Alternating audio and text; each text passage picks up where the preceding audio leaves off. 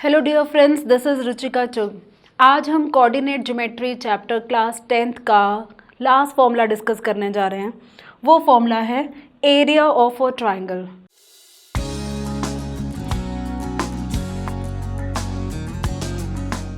कोई भी ट्राइंगल है, अगर हम उसका एरिया निकालना है, हमें मालूम है ट्राइंगल का एरिया होता है, अगर वो राइट एंगल ट्राइंगल है, half into base into height. अगर हमारे पास हेरोन्स फॉर्मूला है वहाँ पे हम वो भी अप्लाई कर सकते हैं अगर हमारे पास ट्राइंगल की तीनों साइड्स अवेलेबल हों। लेकिन कई बार क्या हो जाता है, हमें कोऑर्डिनेट्स गिवन होते हैं उस ट्राइंगल के तीनों वर्टिसेस के, तो उस केस में हम एरिया ऑफ ट्राइंगल कैसे निकालेंगे, उसका फॉर्मूला है area of a triangle when the coordinates of its vertices are given. मैं यहाँ पे एज्यूम कर लेती हूँ कि एक ट्राइंगल है ABC,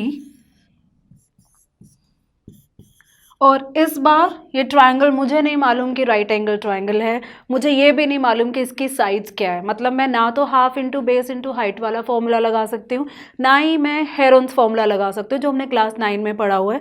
यहाँ पर हमें गिवन होंगे इन तीनों पॉइंट्स के कोऑर्डिनेट्स, और ये कोऑर्डिनेट्स अगर मैं एज्यूम करूं तो क्या हो सकते हैं। फर्स्ट हम ले लेते हैं x1 y1, सेकंड B के लिए हम एज्यूम कर लेते हैं x2 y2, और C के लिए एज्यूम कर लेते हैं x3 y3। तो formula for finding area of this triangle using these coordinates would be area of triangle ABC। Formula है हाफ बिग ब्रैकेट, हमें क्या करना है, तीनों कोऑर्डिनेट तीनों वर्टिसेस में से एक वर्टेक्स चूज कर लेना। सपोज मैंने A चूज किया, उसका x कोऑर्डिनेट रखेंगे हम x1 इनटू जो बाकी दो कोऑर्डिनेट बच गए हैं ऑर्डर में चलेंगे। अगर A एज्यूम किया है फिर B एंड C की बात करेंगे, B एंड C के y कोऑर्डिनेट का डिफरेंस निकालेंगे। तो पहले B का लिखेंगे फिर C का लिखेंगे। B का है y2 माइनस y3, फिर हम लगाएंगे प्लस, क्योंकि हमने x1 लिया, अगली बार हम ले लेंगे x2। x2 किसका कोऑर्डिनेट है, वो B पॉइंट का कोऑर्डिनेट है, तो B के बाद हम बात करेंगे C की, और C का हम y कोऑर्डिनेट लेंगे जो कि है y3, माइनस करेंगे C के बाद क्या आएगा, वापस हम चलेंगे तो A आएगा, तो A का y कोऑर्डिनेट हो जाएगा y1, प्लस इसी तरह से हम थर्ड x का कोऑर्डिनेट लेंगे, x1 ले लिया, x2 ले लिया, अब हम लेंगे x3 जो कि मल्टीप्लाई होगा डिफरेंस से।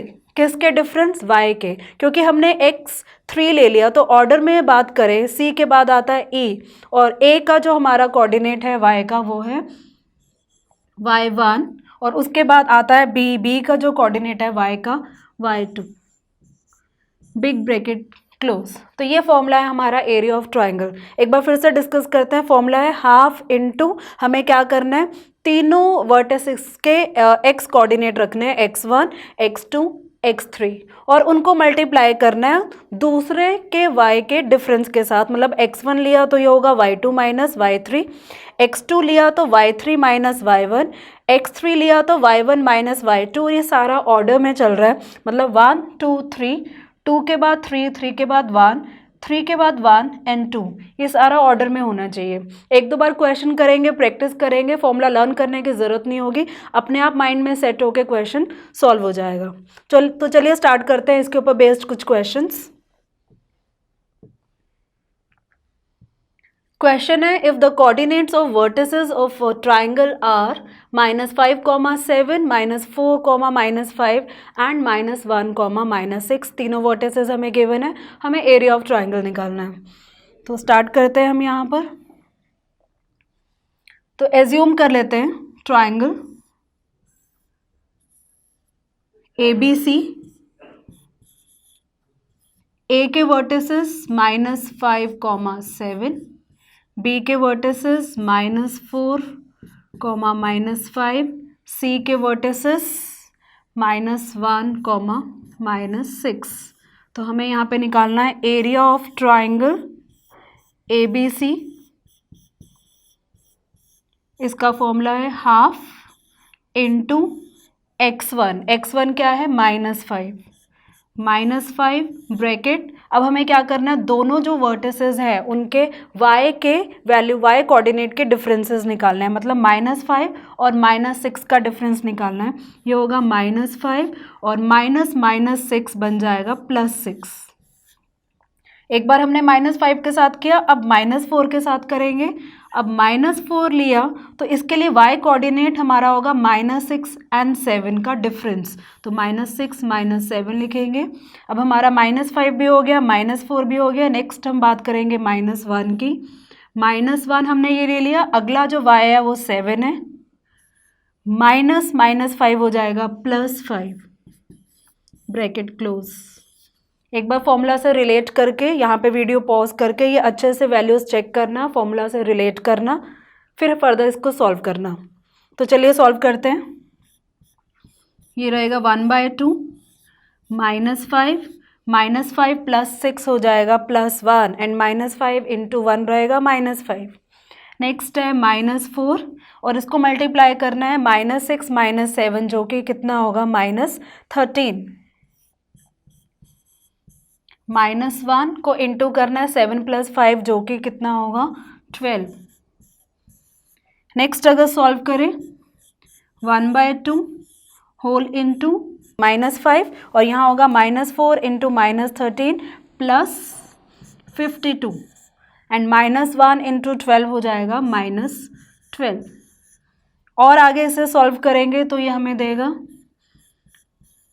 हाफ इंटू -5 एंड -12, ये हो जाएगा -17 और -17 को फर्दर हमें +52 से सॉल्व करना है, मतलब 52 से हम सब्ट्रैक्ट करेंगे।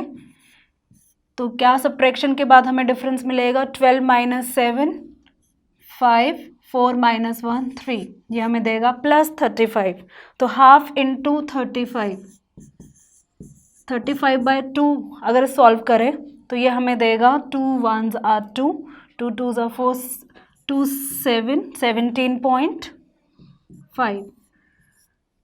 35/2 ये रहेगा हमारा 17.5 और ये है हमारा एरिया ऑफ ट्राइंगल। और एरिया ऑफ ट्राइंगल के आपको यूनिट तो मालूम है, ये होगा स्क्वायर यूनिट्स। तो इस क्वेश्चन का आंसर है, जहाँ पे हमें ट्राइंगल के 3 वर्टिसेस दिए हैं, उनके कोऑर्डिनेट्स दिए हैं, तो इस ट्राइंगल के एरिया का आंसर रहेगा 17.5 स्क्वायर यूनिट्स। तो चलिए आगे बढ़ते हैं हम। एक और क्वेश्चन है, prove that the point 2, -2 -3, 8 and -1, 4 are collinear. फिर से वही क्वेश्चन जो हमने डिस्टेंस फॉर्मूला के साथ पढ़ा है, सेक्शन फॉर्मूला के साथ पढ़ा है, फिर से ये क्वेश्चन आया है हमारे पास एरिया ऑफ ट्राइंगल के फॉर्मूला के साथ। आपको क्या लगता है कि जब हमारे पास कोई भी पॉइंट्स है, यहाँ पे 3 पॉइंट्स की बात हो रही है, ये 3 पॉइंट्स अगर कोलिनियर हो जाते हैं, मैं इसको एज्यूम कर लेती हूँ ABC, क्या ये ट्राइंगल फॉर्म कर रहे हैं?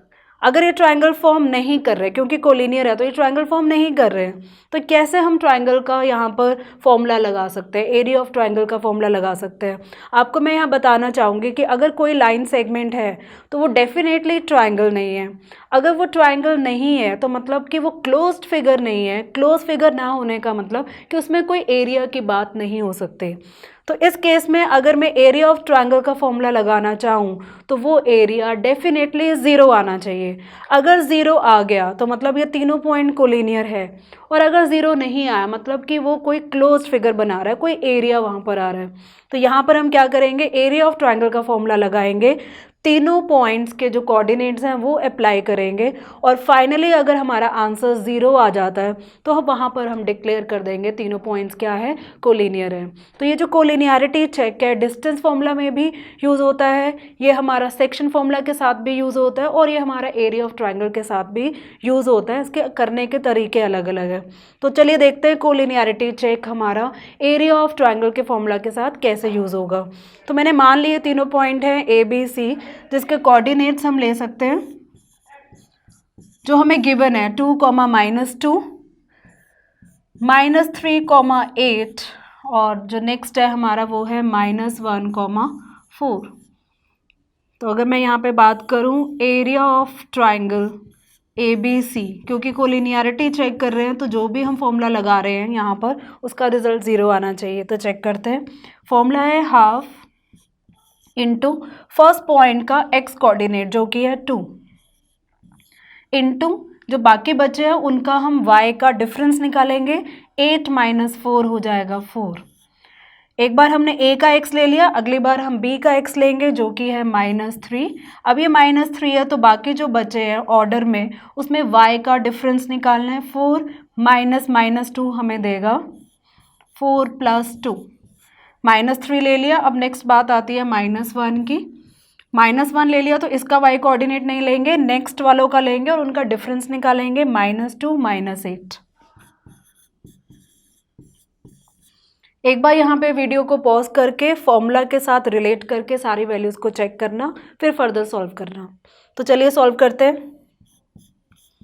हाफ इंटू 2 इंटू 4 हो जाएगा 8 -3 जो कि मल्टीप्लाई होना चाहिए 4 प्लस 2 होता है 6 और 6 3s are 18 तो ये हमें देगा -18। -1 मल्टीप्लाई होना चाहिए -2 -8। यहाँ पर अगर हम सॉल्व करें -2 -8 हमें देगा -10 एंड -10 एंड -1 हो जाएगा +10। नेक्स्ट अगर इसे सॉल्व करें हाफ इंटू 8 एंड 10 हो जाएगा 18। ये रहेगा यहाँ पे -18 एंड -18 कैंसिल होके हमें देगा 0 एंड 1/2 इंटू 0 0। क्योंकि यहाँ पे एरिया ऑफ ट्राइंगल हमारा 0 आ रहा है तो डेफिनेटली हम ये बोल सकते हैं क्लोज फिगर नहीं है, कोई एरिया फॉर्म नहीं हो रहा। तो ये तीनों पॉइंट जो हैं हमारे कोलिनियर पॉइंट्स हैं। तो लास्ट में हम लिखेंगे since the area of triangle is coming 0 it means it is not forming triangle and all the 3 points are collinear। तो यहाँ पर हम डिक्लेयर कर सकते हैं। अब मैं आपके लिए एक टास्क देना चाहूँगी क्योंकि हम डिफरेंट फॉर्मूला पढ़ चुके हैं। यहाँ पे अभी अभी रिसेंटली हमने स्टडी किया है एरिया ऑफ ट्राइंगल। तो हमें कुछ इस तरह से भी क्वेश्चन आते हैं जहाँ पे पूछा जा सकता है find the area of a quadrilateral. अभी तक हमने ट्राइंगल की बात की है, यहाँ पर बात हो रही है क्वाड्रिलेटरल और इसका नाम है ABCD। कोई भी क्वाड्रिलेटरल है उसकी शेप हमें नहीं मालूम है, किसी भी शेप में हो सकता है ABCD और ये चारों वर्टिसेस के कोऑर्डिनेट्स गिवन है A 1,1 B 7,3 C 12,2 and D 7,21। तो कैसे इस क्वाड्रिलेटरल का एरिया हम निकाल सकते हैं? बहुत सिंपल है। हमें क्या करना होगा, दो डायगोनल में से कोई एक डायगोनल शो करना होगा। सपोज मैंने BD शो किया, आप AC भी कर सकते हैं। तो ये BD शो करने से दो ट्राइंगल फॉर्म हो जाएंगी ABD एंड BDC। अब ABD भी ट्राइंगल है, BDC भी ट्राइंगल है। ABD की बात करें तो ABD तीनों के जो वर्टिसेस हैं तीनों के कोऑर्डिनेट हमें मालूम है। BDC की बात करें ट्राइंगल है और इन तीनों वर्टिसेस के भी कोऑर्डिनेट्स गिवन है। तो मतलब इस ट्राइंगल का एरिया निकाला जा सकता है एरिया ऑफ ट्राइंगल के फॉर्मूला से। इस ट्राइंगल का भी निकाला जा सकता है, लेकिन हमें तो निकालना है एरिया ऑफ क्वाड्रिलेटरल ABCD। तो क्या करेंगे, दोनों ट्राइंगल्स के एरिया को ऐड कर देंगे और फाइनली हमारा एरिया ऑफ क्वाड्रिलेटरल वहाँ पर कैलकुलेट हो जाएगा। तो ये टास्क मैं आपके लिए छोड़ रही हूँ ताकि आप इन क्वेश्चन की प्रैक्टिस खुद से कर पाएँ। यहाँ पर अभी तक हमने बात की कोऑर्डिनेट चैप्टर की क्लास 10th में, जहाँ पे हमने डिस्टेंस फार्मूला, उसके बाद सेक्शन फार्मूला और यहाँ लास्ट में हमने यहाँ डिस्कस किया एरिया ऑफ ट्राइंगल।